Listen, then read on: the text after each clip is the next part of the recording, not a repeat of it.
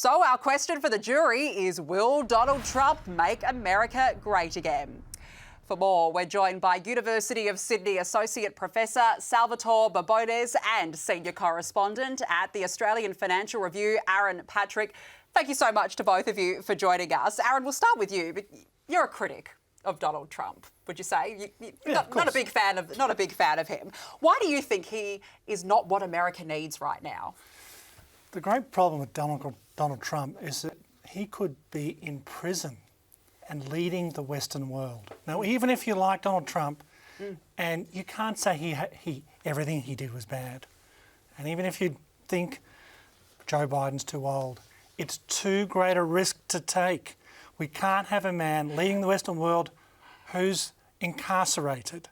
It is the overwhelmingly most important reason to oppose Trump. OK, it's an extraordinary set of circumstances, you've got to say, Salvatore, because as we mentioned in that introduction, 91 alleged felonies. How is that going to possibly play out between now and November? Oh, I was asked to prepare an opening statement, and so I'll give it to you. The 2020 election saved Donald Trump's reputation, because if it weren't for the 2020 election, we would now be blaming him for the disastrous withdrawal from Afghanistan, the Russian invasion of Ukraine, the Hamas attacks on Israel, the new war with Iran, runaway inflation, the fentanyl crisis, and the influx of 10 million illegal immigrants. And I guess that's just what happens when you let the adults back in the room.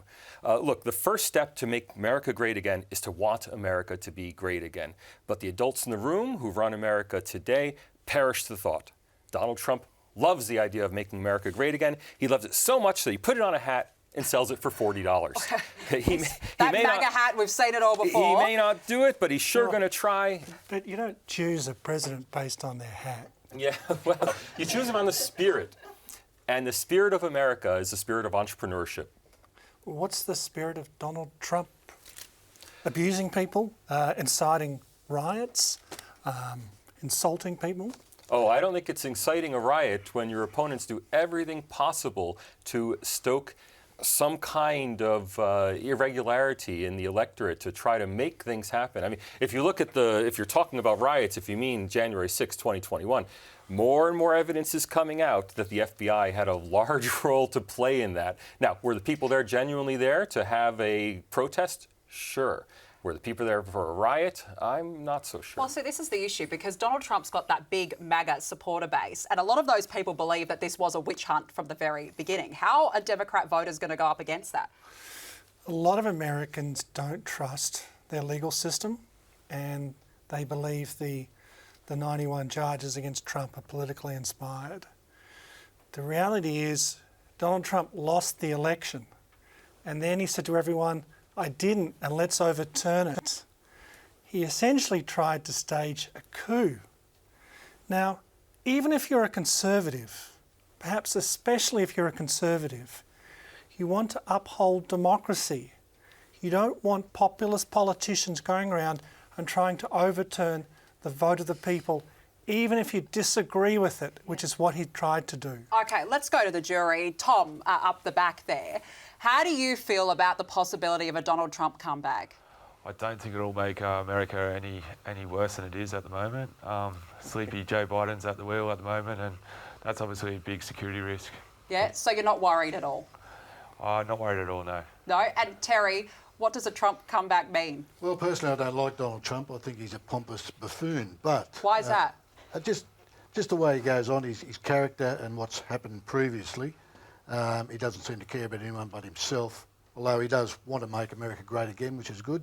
And I think that he possibly could, because a lot of the voters out there, we see in the primaries and everything, that they're rooting for him. So, yeah, so I think he could do a lot of good, and certainly Joe Biden and Kamala Harris, and still can't believe that in that large population they can't find two candidates. Well, this is will be the interesting part, because realistically, is Joe Biden the man for the job again? Can he really go another round?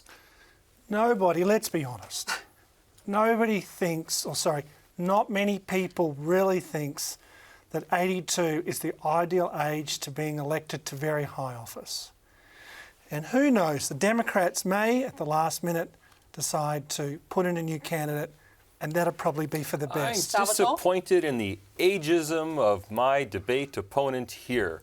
There's no age that's the wrong age to be president. The issue is capacity. The issue is ability. Donald Trump, you watch his speeches, you watch his rallies. He is in command when he gives those speeches. He knows the facts. He's got them at his fingertips. He's ready to go. I'm not sure if he's in command of the English language or something else. I'm not sure what you're referring to. But clearly, it's hard to argue that Donald Trump is a serious human being. Okay, well, look, I mean, there's a lot of time to go between now and November, but right now we want to throw this to the jury because you've both had a great debate on this. But let's call on the jury. You have 10 seconds to deliberate now. Will Donald Trump make America great again? Yes, I think he will. So I'll put my guess. Just make sure I'm doing the right panel, will you? What do you... Time is up. What is the jury's verdict? Okay, we've got 3 no's, so therefore the rest of you believe that Donald Trump will make America great again. Sam, why yes? Well, when he was in last time, he got a peace deal in the Middle East with a few Muslim countries to sign with Israel. He's got Saudi Arabia ready to sign a peace deal with Israel. No other president has ever done that. When he was in office for 40 years, he is the first president to be in office without a war. Yeah, well, it'll be interesting to see what he could do in the Ukraine and the Middle East. Theodora, you were one of only a few who just voted no. Why?